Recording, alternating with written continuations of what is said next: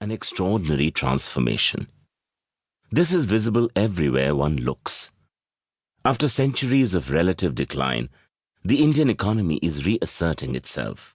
The result is an urban construction boom that defies imagination. Almost overnight, whole new cities are being built. Nowhere is this more true than in Gurgaon, where I lived as I wrote this book. Where there had been wheat and mustard fields till the mid-90s, there are now malls, office towers, apartment blocks, and highways. Even as I write these words, I watch yet another condominium block rise up. Boomtowns, like Gurgaon, however, are merely one facet of the changes being experienced by India. Mobile telephones and satellite television, combined with rising literacy and affluence, have changed the dynamics and aspirations of rural and small-town India. The children of farmers are moving to the cities in the millions. By all accounts, India is likely to become an urban majority country within a generation, and its cities need to prepare for the influx of hundreds of millions of people. Existing cities will expand, new cities will rise, and villages will be transformed. The old ways are clearly declining. The economic rise of India is to be welcomed in a country that has long been plagued by poverty, but change is not without its price. Natural habitats are being drastically altered and often ravaged by activities like mining, sometimes legal, but often illegal. I'm told that there are now barely 1,706 tigers left in the wild. Dams and canals are altering the fortunes of sacred rivers, even as factories and cities empty their untreated waste into them.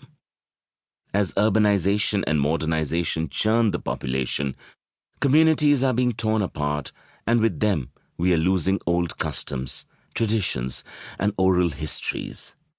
Many reminders of the country's history are being paved over by new highways and buildings.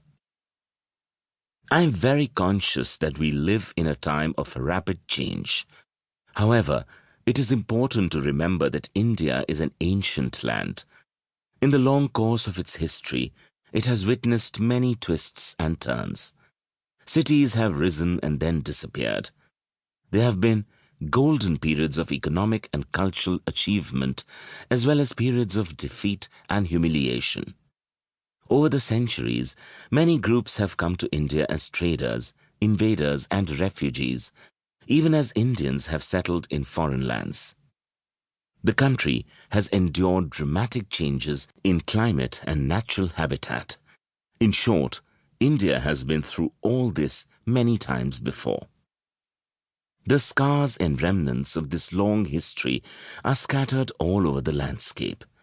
If one cares to look, they will stare back even from the most unlikely of places. New Delhi, the national capital, is a good example. It is merely the latest in a series of cities to have been built on the site. Amidst the frenetic pace of modern life, the older Delhis live on in grand ruins, place names, urban villages, traditions, and sacred sites. Even older are the ridges of the Aravalli Range, arguably the oldest geological feature on Earth. Much has been written about Indian history, but almost all of it is concerned with sequences of political events, the rise and fall of empires and dynasties, battles, official proclamations, and so on. These are undoubtedly important, but I have little to add to what has already been said about the Emperor Akbar's Mansabdari system or the Morley Minto reforms of 1909. However, history is not just politics. It is the result of the complex interactions between a large number of factors. Geography is one of the most important of these factors. Moreover, this relationship works both ways. Just as geography affects history, history too affects geography. This book is an attempt to write a brief and eclectic history of India's geography.